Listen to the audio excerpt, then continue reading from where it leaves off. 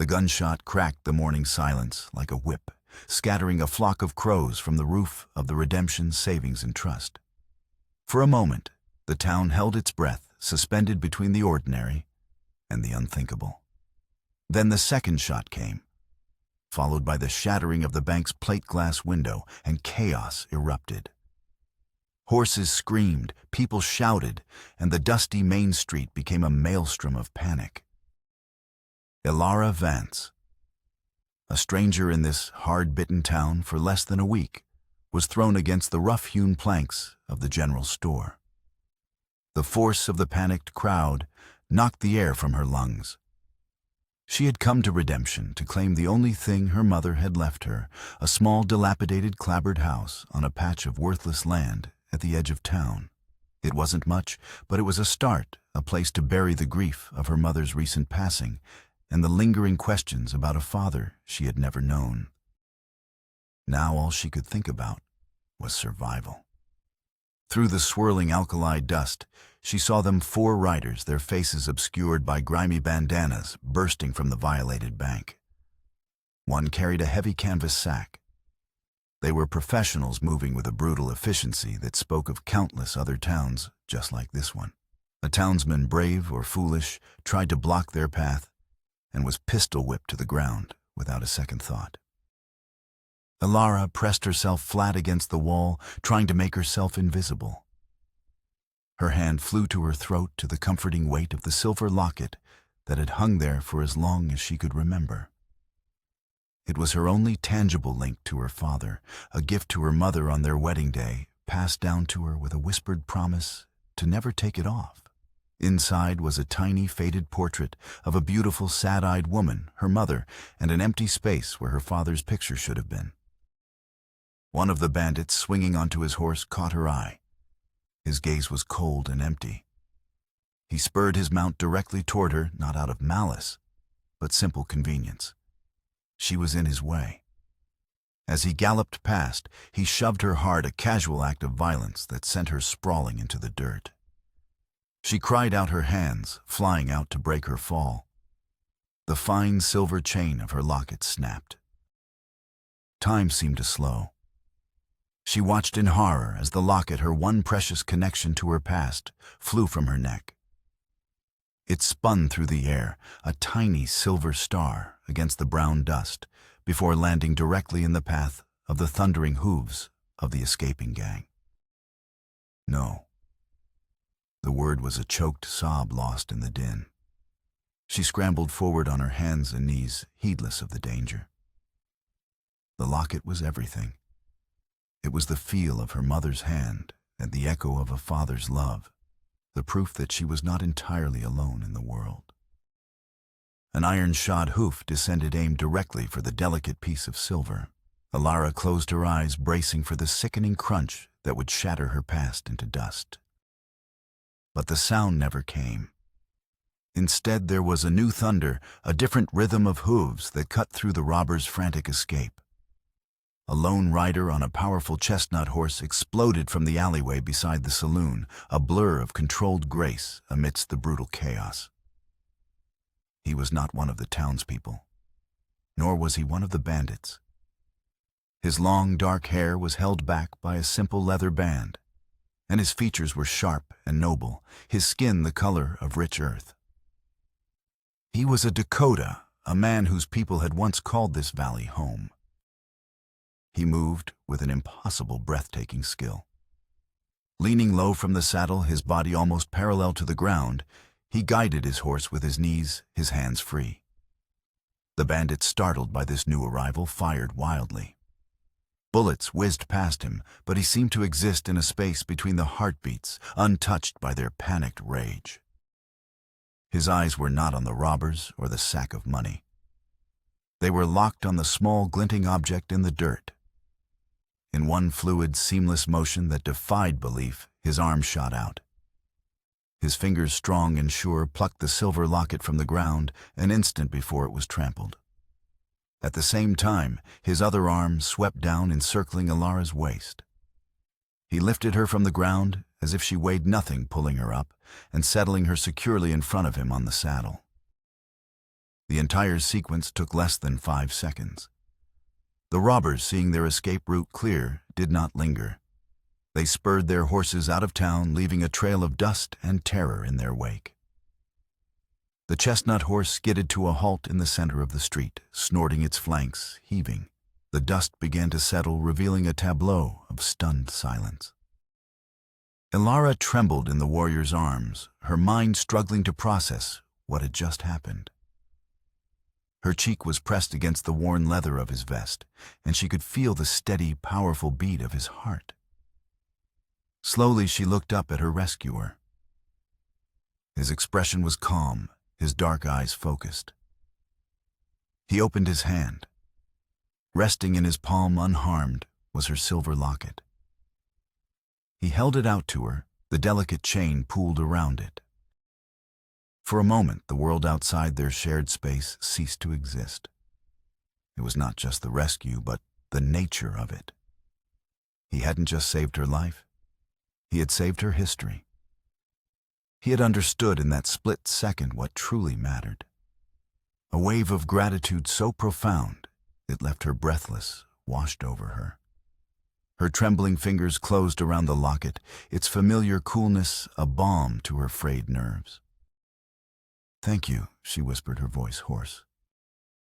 He gave a slight, almost imperceptible nod. His gaze swept over the townspeople, who were now cautiously emerging from their hiding places, their faces a mixture of relief, suspicion, and awe. He had acted not as a savior seeking praise, but as a force of nature correcting an imbalance before melting back into the landscape.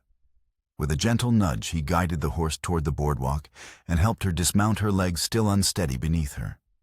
Then, without another word, he turned his horse and began to ride away, as silently and mysteriously as he had appeared. Redemption was a town gasping for breath. It squatted on the alkali flats, a collection of sun-bleached buildings shimmering under a white, merciless sun. The air was thick with the scent of sagebrush, horse manure, and a quiet, pervasive despair that clung to everything like the fine dust. This was a place people ended up, not a place they chose. For the past week, Elara had felt its oppressive weight with every step. Her mother's house was little more than a shack, its timbers groaning in the constant wind and the well out back, threatening to run dry. It was a lonely existence, made all the more so by the cold, watchful eyes of the townsfolk. They saw her as another piece of driftwood washed up on their shores, and their welcome was as thin as the winter ice on a creek. The town, she had quickly learned, belonged to one man, Silas Croft. He was not a mayor or a chief, but something far more absolute. Croft owned the saloon, the general store, the livery, and the only reliable water source for miles. His name was whispered with a mixture of reverence and fear. He presented himself as a benefactor, a charismatic patriarch who had carved this town from the unforgiving wilderness. He had a politician's smile and the cold, calculating eyes of a predator. His power was an invisible fence encircling redemption, and no one dared cross it. The sheriff, a paunchy man named Gable, with a perpetually sweating brow, was little more than Croft's errand boy, his tin star, a symbol of allegiance, not justice. Elara had seen Kyle, her rescuer, before. She had seen him on the edge of town, a solitary figure watching the sunset from the bluffs or riding through the sparse woods with a quiet dignity that set him apart. The townspeople spoke of him in hushed, derogatory tones. He was the savage, the last remnant of the Dakota tribe that Silas Croft had pacified and driven from the valley 2 decades ago. They said Croft had done it for their own good, to bring them the gifts of civilization. But Elara saw the truth in the way they spat the word savage, a deep-seated fear of a past they had tried to bury. Kyle was a ghost in his own land, a living reminder of a debt the town refused to acknowledge. His presence was an accusation, and for that they hated him. That evening, as the sun bled across the horizon in hues of orange and purple, Alara sat on the rickety porch of her small house. The silver locket was safely back around her neck, its chain hastily repaired. The terror of the day had subsided, leaving behind a profound sense of dislocation. She was an outsider in a town of outsiders, protected for a fleeting moment by another, even greater outcast. The memory of Kael's impossible grace, the focused intensity in his eyes as he retrieved her locket, replayed in her mind. He had risked his life for a stranger's trinket. Why? The isolation of her new life pressed in on her. Back east, she had been a seamstress, her life defined by the simple, quiet rhythm of needle and thread. Here the silence was vast and unnerving. She had come west seeking a connection to her father's memory, but all she had found was his absence, a void as wide as the plains themselves. Her mother had rarely spoken of him. His name was a locked room in the house of their past. She knew only that he was named Arthur Vance, that he had died in a mining accident out west shortly after she was born, and that her mother, heartbroken, had fled back east with her infant daughter, never to return. Now her mother was gone too, and the locked room felt darker and colder than ever. Determined to make this desolate place a home, Alara began the sorrowful task of sorting through her mother's meager possessions. She unpacked the worn chest that had served as their trunk for the journey. Inside were the familiar things, a few patched dresses, a dog-eared Bible, a small box of sewing notions. It was the sum total of a life lived in the shadows of grief. As she lifted the last folded dress, her fingers brushed against a loose board at the bottom of the chest. It was a false bottom. Her heart quickened. With trembling hands, she pried it open.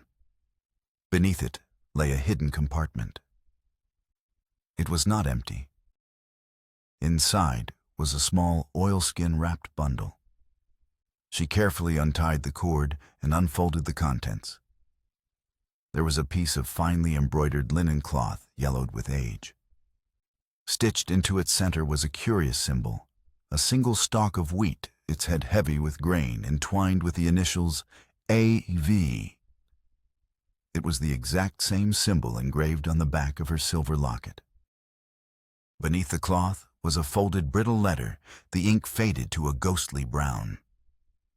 It was in her mother's elegant script. My dearest Alara, if you are reading this, then I am gone, and you have returned to the place where our happiness ended.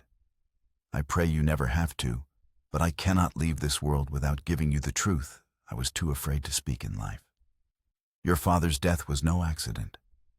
He was a good and honest man who saw this valley not as a thing to be conquered, but a home to be shared. He had a partner, a man he trusted as a brother. That man was Silas Croft. They had a vision for this land, one of fairness and cooperation.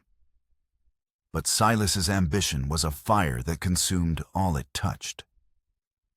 Your father discovered something, a deception so profound, it threatened to undo everything Silas had built. Before he could expose it, there was an accident in the mine. I was told he was careless. I never believed it. I was a young widow alone and terrified. Silas offered me protection, and in my grief and fear, I accepted. I married him hoping to find security, but found only a gilded cage. He wanted a son to inherit his empire, an empire built on a lie. But I could give him no children. My heart, you see, was buried in that mine with your father. This cloth, it is a part of something larger. It is proof of your father's claim, his true legacy. The wheat was his symbol, a promise of a harvest for all, not just for one. Be careful, my child. The man who rules redemption built his throne on your father's grave. Some threads are better left buried. Alara's hands shook as she read the letter again and then a third time. The words shattered the simple tragic story of her past.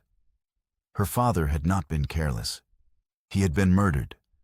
And the man who had killed him, the powerful Silas Croft, had then married her grieving mother. The world tilted on its axis, the dry, dusty air of redemption suddenly thick with the stench of a 2-decade-old betrayal. The embroidered cloth was no mere keepsake. It was evidence, a claim, a legacy. Her mother's final fearful words echoed in her mind. Some threads are better left buried.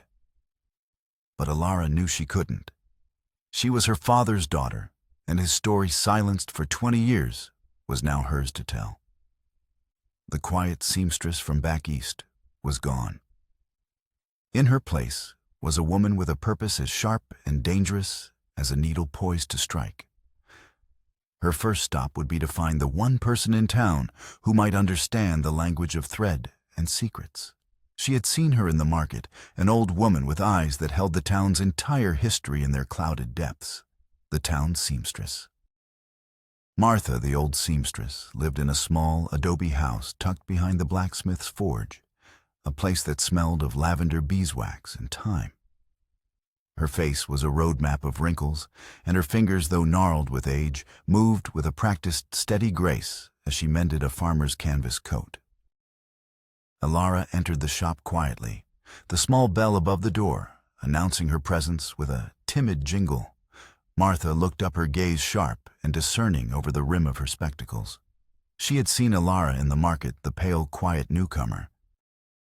"Can I help you, child?" Her voice was reedy but kind. Alara's hands were clammy.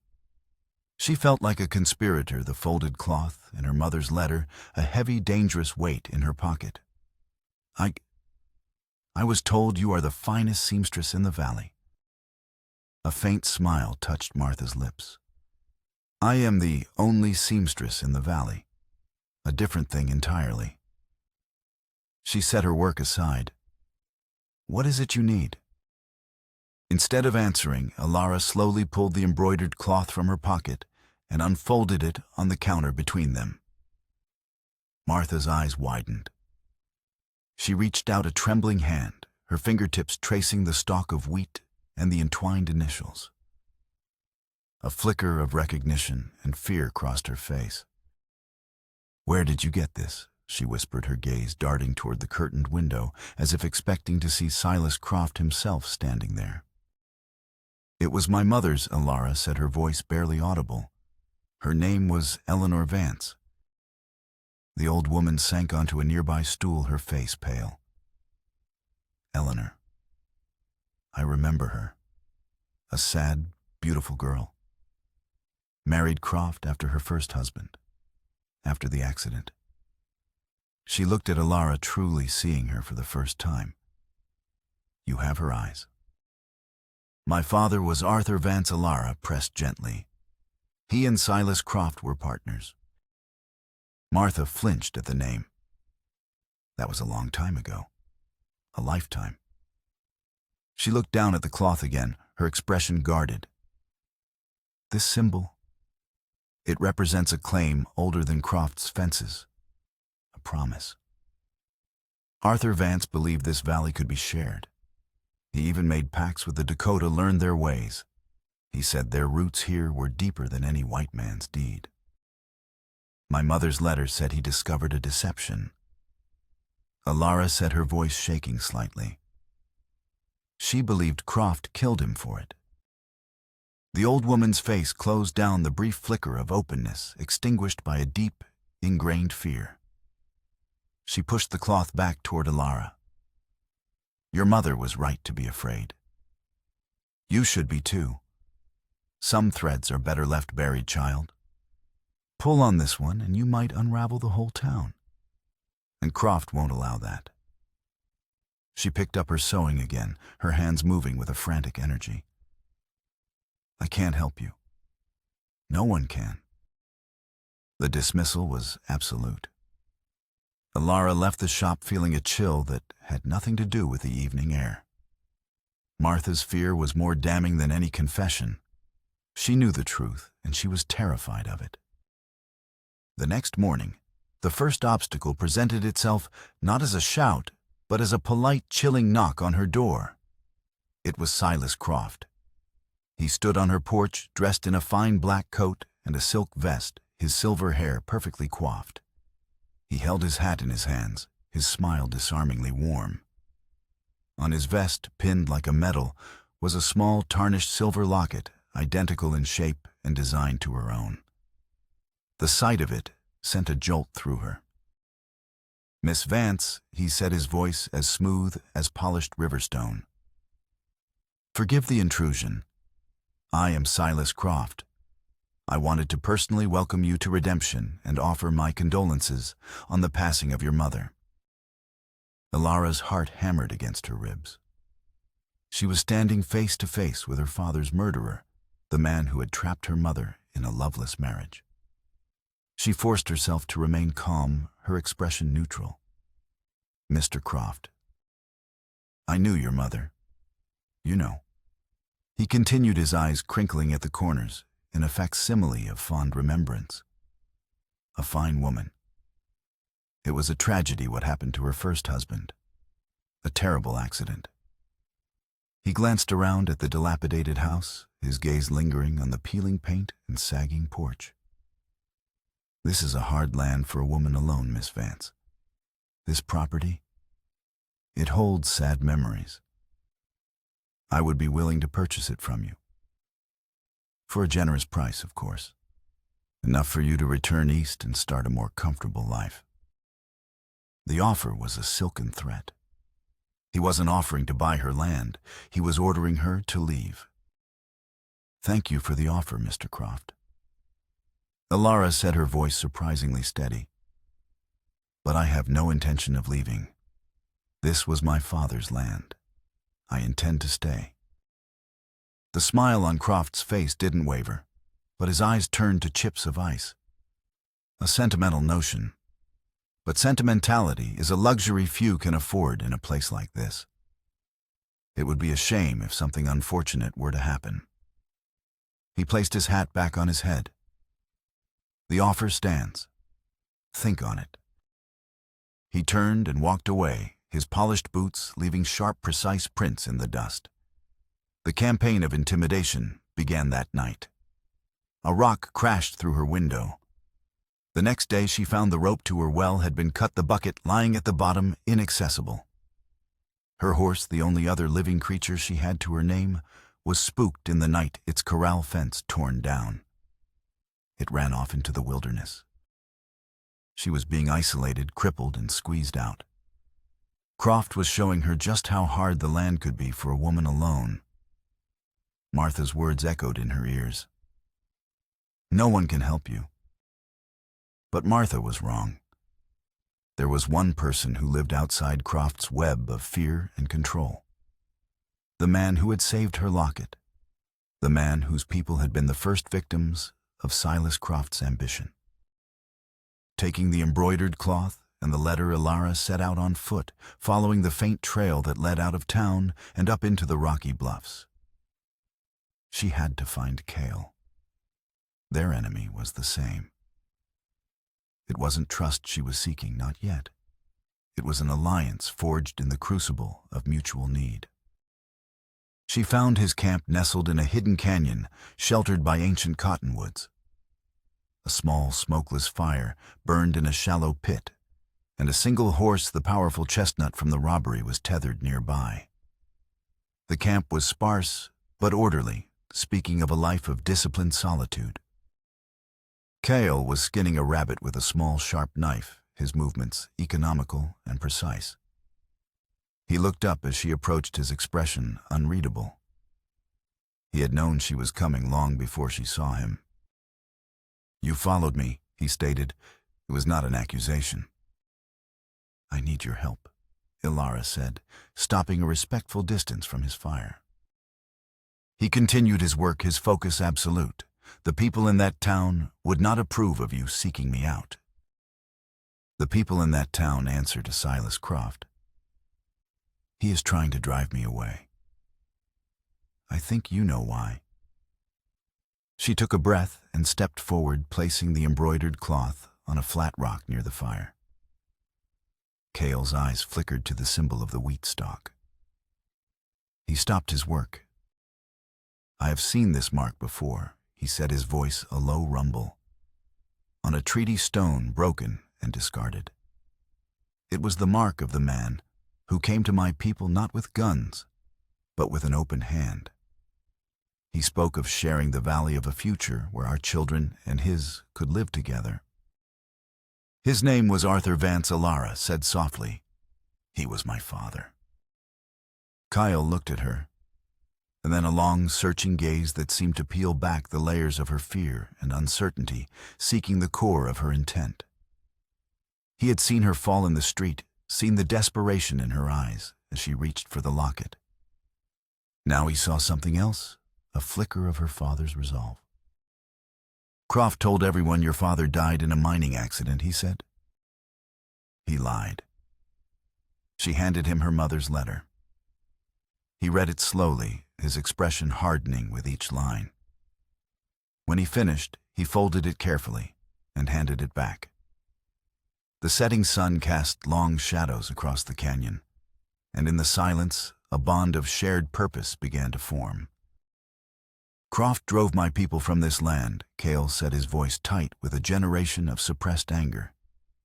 "He dammed the creek that fed our winter grounds and called it progress. He said my father, our chief, signed a treaty giving up our claim. But my father did not know the white man's letters. He signed with his mark, but the paper he signed was not the one he was promised. Your father was there. He argued with Croft. He called him a thief. A week later, the mine collapsed. The pieces of the puzzle were falling into place, forming a picture of monstrous greed and betrayal. Arthur Vance hadn't just discovered a deception. He had been the sole witness to Croft's foundational crime against the Dakota people. "My mother wrote that this cloth is part of something larger," Alara said, gesturing to the embroidery. "Proof of his claim." Cale nodded. "Your father spoke of a survey, a map he drew that marked the boundaries agreed upon, with my people ensuring our sacred lands and water rights were protected. It was to be filed with a land charter. Croft claimed it was lost in the same accident that killed him." He looked from the cloth to the distant lights of redemption. "Your enemy is my enemy, but trust is earned, not given. What do you intend to do?"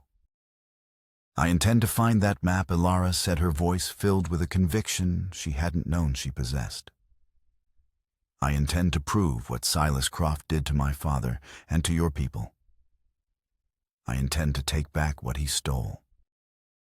Cale studied her for another long moment, then gave a slow, deliberate nod. "Your father's spirit is strong in you. I will help you find what you seek." He tossed her a canteen of water and a piece of cooked rabbit. The alliance was sealed not with a handshake, but with a shared meal under the vast, star-dusted sky. Two outcasts bound by a quest for a justice that had been buried for 20 years. Their investigation began in the one place Croft's influence did not reach the ruins of the old mine where her father had died. It was a gaping wound in the side of the mountain, its entrance boarded up and marked with a weathered sign that read, "Danger. Unsafe." Kyle pried the boards loose with a crowbar, and they stepped out of the blinding sunlight into the cool, tomb-like darkness. Armed with a lantern, they navigated the decaying tunnels. The air was stale, heavy with the scent of damp earth and ghosts. Kyle moved with the quiet confidence of a man at home in the dark, his senses alert to the groan of stressed timbers and the scuttling of unseen creatures. Alara followed close behind her, fear held at bay by a stubborn resolve. They found the remnants of the collapse at the end of a long shaft. A wall of rock and splintered wood blocked the passage. It was here, buried beneath tons of stone, that Arthur Vance had drawn his last breath. Croft claimed it was a structural failure, Kyle said, running his hand over a massive support beam that had been snapped in two. But as he examined the break, he frowned. He drew his knife and scraped at the wood. "This is no simple break. Look. He held the lantern closer. Alara could see it clearly, a series of deep, uniform notches cut into the beam, weakening it from the inside. It was a deliberate act of sabotage. He didn't just let the mine collapse, Alara whispered in horror. He caused it. For weeks, they searched for more clues. They spoke in hushed tones with old-timers on the fringes of towns, men who remembered Arthur Vance, but were too afraid of Croft to speak openly. They pieced together fragments of stories, whispers of arguments between the two partners over land rights and broken promises. Their greatest discovery came not from the mine, but from the dusty town archives, a small neglected room in the back of the sheriff's office. While Sheriff Gable was occupied with a drunken brawl at the saloon, Alara slipped inside. She found the original town charter documents, all signed by Silas Croft as the sole founder. But tucked away in a misfiled ledger was a preliminary survey of the valley. It was crude, but the surveyor's notes mentioned a partnership between Croft and Vance. And in the margins was a cryptic annotation. Vance retains separate survey. See personal journal final entry. Her father had kept a journal. The key to everything, the map, the proof was tied to finding it. They returned to her small house, the only place left to look. They searched for hours, pulling up floorboards, checking the chimney, looking for any conceivable hiding place. Nothing. Exhausted and discouraged, Alara sank onto her mother's old rocking chair. As she leaned back, her hand brushed against the chair's carved armrest.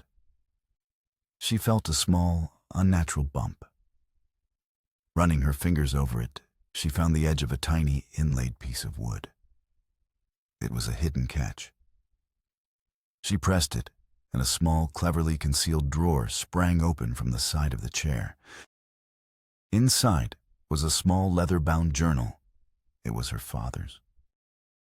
His handwriting was strong and clear. He wrote of his dreams for the valley, of his respect for the Dakota, of his growing disillusionment with his partner. The final entries were chilling.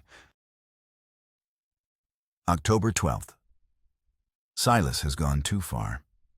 He presented a false treaty to the Dakota chief, a land swindle.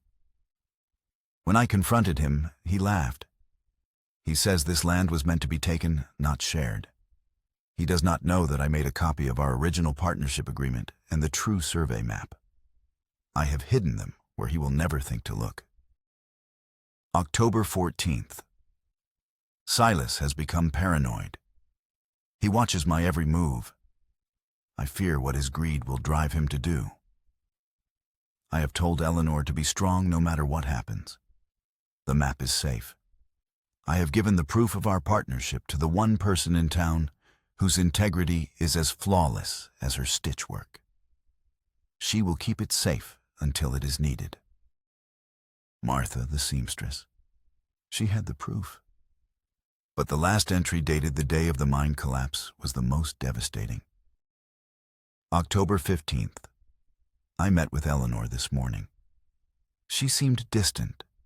I worry that Silas's charisma has blinded her. She wears the silver locket I gave her, but lately she has also taken to wearing one he gave her, a near-perfect copy. A test of her affection, he calls it. A contest. I pray she chooses wisely. I go to the mine now to meet him. I will give him one last chance to do the right thing. Alara stared at the page, her blood running cold. A copy of the locket. The locket she had seen pinned to Croft's vest. It wasn't just a similar design. It was a symbol of his obsession, of the sick contest he had waged for her mother's heart. Suddenly, her mother's letter took on a new, terrible meaning. The true motive wasn't land. It wasn't greed. It was a crime of passion, a twisted, jealous rage. Silas Croft hadn't killed his partner to steal a valley. He had killed his rival to steal the woman they both loved. His entire empire, his reign over redemption, was built not on a business swindle, but on a foundation of unrequited love and murderous envy. His persecution of Alara wasn't about erasing a land claim. It was about erasing the last living remnant of the man who had won his prize. Just as this horrifying truth dawned on her, they heard the sound of approaching horses. Cale looked out the window. It's the sheriff and a posse. They had been discovered.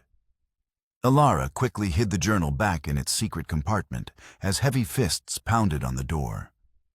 Sheriff Gable burst in his face, flushed with self-importance, flanked by two of Croft's brutish ranch hands, now wearing deputy badges. Alara Vance Gable announced, puffing out his chest. "You're harboring a fugitive." "What are you talking about?" Alara demanded.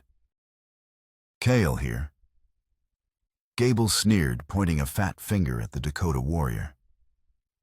"He's wanted for rustling cattle from the Croft ranch. Got 3 witnesses who saw him do it last night." It was a lie, a transparent frame-up. Keitel hadn't left her side in 2 days. But in a town owned by Silas Croft, his word and a few paid witnesses were all the truth that was needed. Cale didn't resist. He knew it would be pointless. A fight would only get them both killed. He met Alara's panicked gaze with a calm, steady look. It was a silent message. "The truth is found. Now you must be the one to use it." They bound his hands and led him away, leaving Alara utterly alone in the small house. The weight of her discovery was now matched by the crushing weight of her isolation. Her only ally was in chains facing a hangman's noose for a crime he didn't commit. Croft had retaliated, and in doing so, he had presented her with a terrible choice: stay silent and watch an innocent man die, or step into the light and confront the most powerful man in the valley, risking everything on the hope that the truth was still worth something in the town of redemption. The sky turned a sickly yellow-gray as the dust storm rolled in from the plains. The wind began to howl a low, mournful sound that rattled the window panes and scraped sand against the wooden buildings. It was an omen. The town hunkered down, shutters were bolted, and the streets emptied, leaving a ghost town in the eerie, filtered light. For Alara, the storm was a call to action. The trial was a sham set for the following day, but a mob inflamed by Croft's whispers and free whiskey from his saloon was already gathering. They spoke of dispensing justice themselves that night. Time was running out. Clutching her father's journal, Alara ran through the blinding dust toward Martha's small shop. She found the old seamstress packing a small bag, her hands trembling. "I heard what they did to the Dakota," Martha whispered, not meeting Alara's eyes. "I'm leaving. There's no place for truth here." "You can't leave," Alara pleaded, her voice desperate. "My father trusted you. He wrote in his journal that he gave you the proof of his partnership with Croft. The original agreement." Martha froze her back still to Alara. "He made me swear to keep it hidden, to give it to his child if the time ever came. But I'm an old woman, and I am afraid." "Cale will hang because of that fear," Alara said, her voice sharp with urgency. "My father died because of it. How many more have to suffer because Croft has made everyone afraid to speak?" She placed her father's journal on the counter. "Read his last words, Martha. He died believing in your integrity. Don't let his faith be misplaced." Leaving the journal, Alara turned and walked out into the storm. She had one last desperate gamble to make. The only building in Redemption large enough to shelter the townsfolk who hadn't made it home was the half-built church at the end of Main Street. It was a skeleton of a building with a roof and walls, but no windows or doors offering refuge from the sand, but not the wind that shrieked through its openings. She knew Croft would be there, playing the part of the benevolent leader calming his flock. She found him just as she expected, surrounded by Sheriff Gable and a handful of key townspeople, including the blacksmith and the general store owner. He was handing out blankets, his voice a smooth balm against the fury of the storm. Mr. Croft. Alara's voice cut through the wind. All eyes turned to her as she stood in the arched doorway, her dress whipped by the wind, her face streaked with dust. You will not hang an innocent man. Croft's benevolent mask slipped for an instant, replaced by a flash of fury. Miss Vance, this is hardly the time or place for your hysterical accusations. A crime has been committed. Justice will be served. Whose justice? Alara shot back, stepping into the church. Yours, the justice that murdered my father, Arthur Vance. A collective gasp went through the small crowd. Sheriff Gable stepped forward. Now see here, Missy, you watch your mouth. My father and Silas Croft were partners. Alara announced, her voice ringing with newfound strength. They had a shared vision for this town. But Croft betrayed him. He stole the land from the Dakota people and then murdered my father to cover his crime. Lies, Croft thundered, his face turning purple. The ravings of a grief-stricken girl. Is it? Alara challenged. Then explain this. She held up her silver locket. My father gave this to my mother. And you, Mr. Croft, wear its twin. You were obsessed with her. You didn't kill my father for land. You killed him because she chose him over you. The accusation, so personal and shocking, hung in the dusty air. Croft was speechless, his composure finally shattered. The townspeople looked from him to Alara, their expressions a mixture of confusion and dawning horror. At that moment, a figure appeared in the doorway behind Alara. It was Martha, the old seamstress. She clutched a heavy dust-covered ledger to her chest. Her fear was still visible, but it was overshadowed by a fierce, righteous resolve. She is telling the truth, Martha said, her reedy voice carrying an incredible weight. Arthur Vance gave me this ledger for safekeeping the day he died. He knew Croft was going to betray him. She walked to the makeshift altar being used as a table and opened the ledger. Inside, protected for 20 years, was the original partnership agreement signed by both Arthur Vance and Silas Croft, along with a detailed survey map that guaranteed water rights and ancestral lands to the Dakota. It was irrefutable proof. Cornered and exposed, Croft's civilized facade crumbled completely, revealing the desperate monster beneath. He pulled a pistol from inside his coat, his eyes wild. This town is mine, I built it. I will not let it be taken by the ghost of a dead man and his whelp. He aimed the gun at Alara. The townspeople screamed and scrambled back. But before he could fire, a shadow detached itself from the deeper darkness of the church. Cale. He had used the storm's chaos to break free from the flimsy jail, his skills making short work of the old lock. He moved with silent speed, grabbing the blacksmith's heavy hammer from a nearby tool pile. He didn't throw it. He didn't need to. He simply slammed the hammer down on the end of a long, unsecured floorboard upon which Croft was standing. The board flew up like a catapult, striking Croft hard under the chin. His head snapped back, the gun flew from his hand, and he collapsed to the floor unconscious. The howl of the wind was the only sound in the church. Then, as if on cue, the storm began to subside. The dust started to settle, and pale light filtered into the church. The trial was over. In the calm that followed the storm, redemption took its first clean breath in 20 years. Sheriff Gable, his authority gone quietly, took Silas Croft into custody. There would be a real trial this time, with a real judge from the territorial capital.